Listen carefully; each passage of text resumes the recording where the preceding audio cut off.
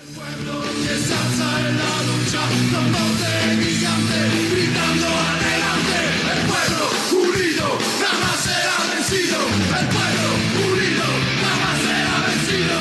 La patria está forjando la unidad. De norte a sur se movilizará. Desde el Salar hacia el Telineal, al bosque austral. Unidos en la lucha y el trabajo irán. La patria cubrirá su paso ya, anuncia el porvenir. Tú vendrás marcando junto a mí, y así verás, buscando tu bandera, florecer en la luz. Buenos días, tardes o noches, sea la hora en que esté viendo este video.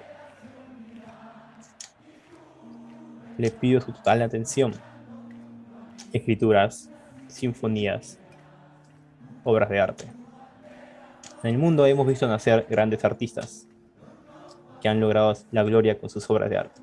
Pero el día de hoy hablaremos de un gran artista incomprendido en su época, que el día de hoy es el más recordado por sus obras importantes y trascendentes, que tocaban temas de la realidad, como su obra de Tungsteno, que es de la explotación minera, o su obra Lockout, que son los despidos masivos, y más diversas obras importantes.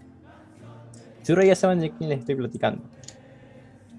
Es el único y poeta universal, César Vallejo, que siempre será recordado por todos nuestros compatriotas. Porque en el Perú no podemos hablar de arte sin hablar de César Vallejo. Y no podemos hablar de César Vallejo sin mencionar el arte.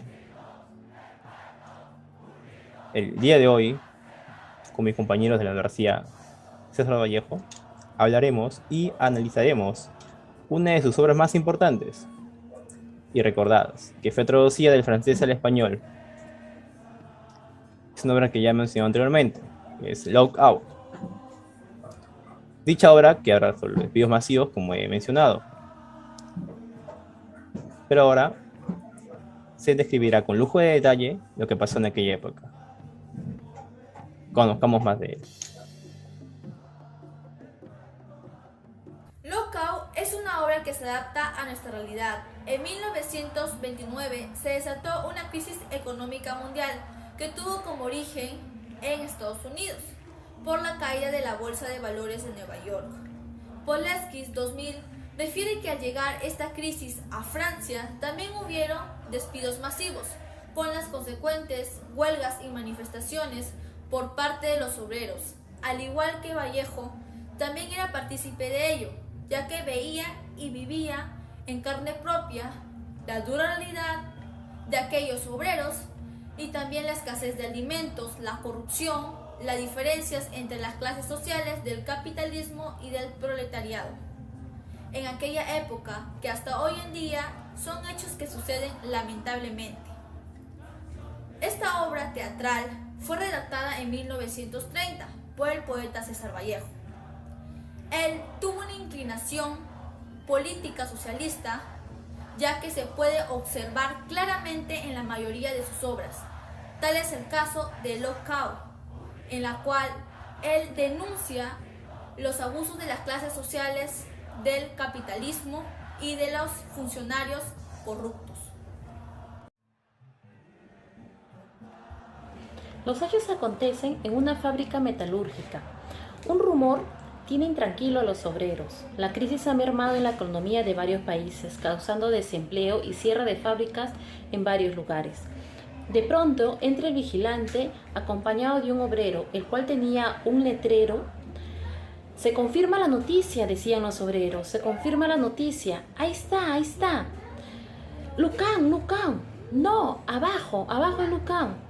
La mayoría de los obreros ya no confiaba en el gobierno y organiza una reunión hacia el sindicato para protestar en el ministerio. El escándalo llama la atención al director, el cual entra al taller a explicar la situación. Él trata de excusar que la situación no es culpa de sus patrones, sino de la crisis internacional que se está dando. Los obreros, no satisfechos con la respuesta del director, acuden al sindicato tratando de encontrar una posible solución.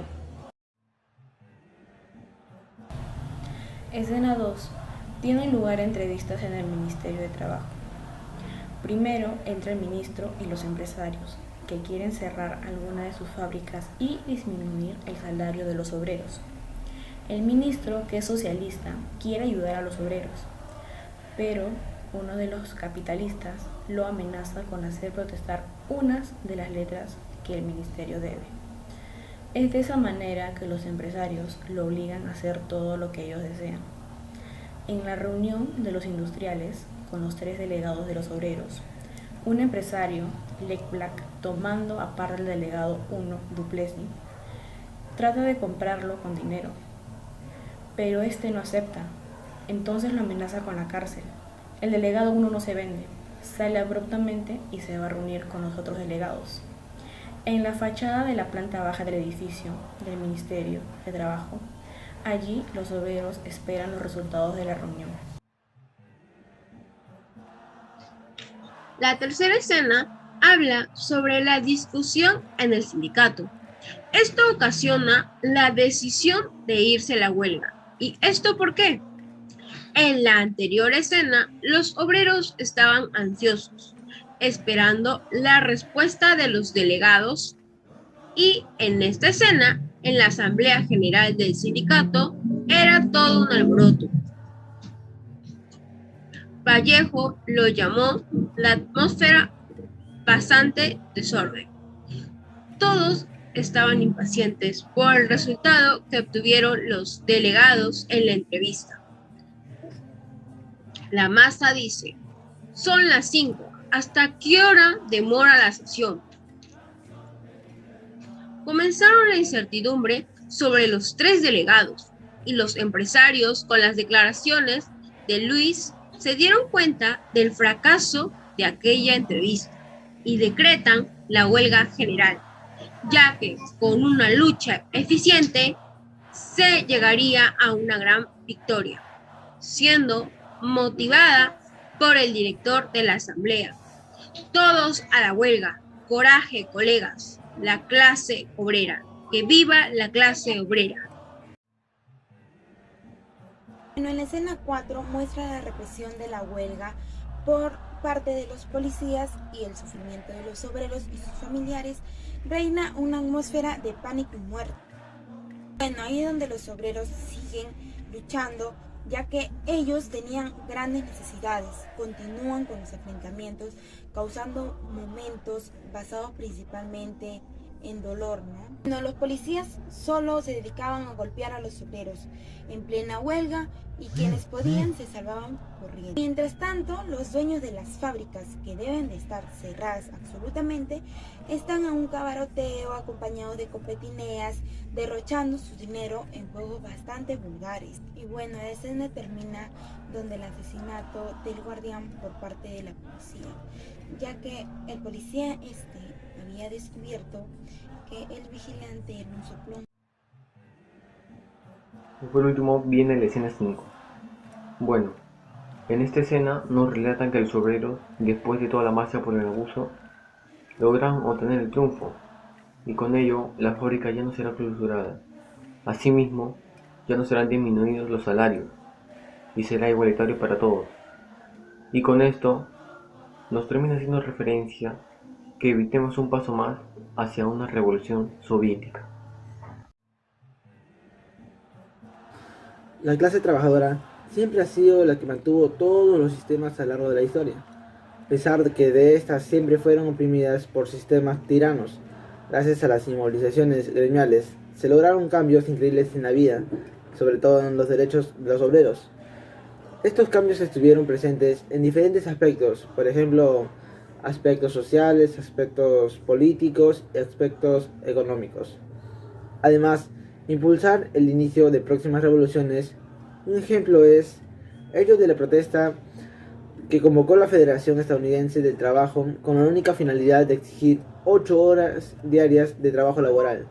Muchos obreros durante esas protestas perdieron sus vidas, tal es así que se les recuerda como los mártires de Chicago.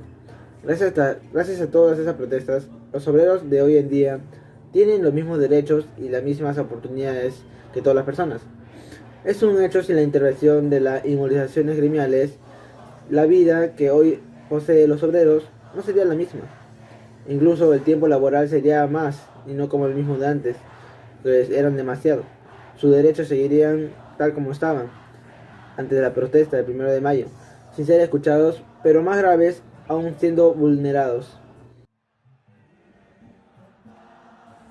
En conclusión, la obra Locao, escrita en 1930 por Vallejo, nos deja un gran mensaje, un mensaje de lucha, ya que los obreros empiezan esta protesta para hacer escuchar su inconformidad y asimismo dejar claro que sus derechos estaban siendo pisoteados. Un mensaje de lucha que nos invita a nosotros a luchar por el cambio que nosotros necesitemos, ya que nadie lo hará por nosotros. Hacer saber que tenemos derechos que se deben de cumplir por nuestro bienestar y por un país mejor. El objetivo de esta obra ha sido siempre, y es todavía, suprimir o disminuir la equiparación. Es decir, igualdad de condiciones en ambas partes del contrato del trabajo, para impedir o detener el abuso de poder. Sin más, y agradecidos de habernos escuchado y haber aprendido un poco más de esta obra tan reflexiva, mi grupo y quien les habla los invita a que lo lean y que reflexionen junto con nosotros con esta bella obra llamada Locao, aquella obra que nos dejó nuestro poeta universal César Vallejo. Hasta una próxima oportunidad. Gracias.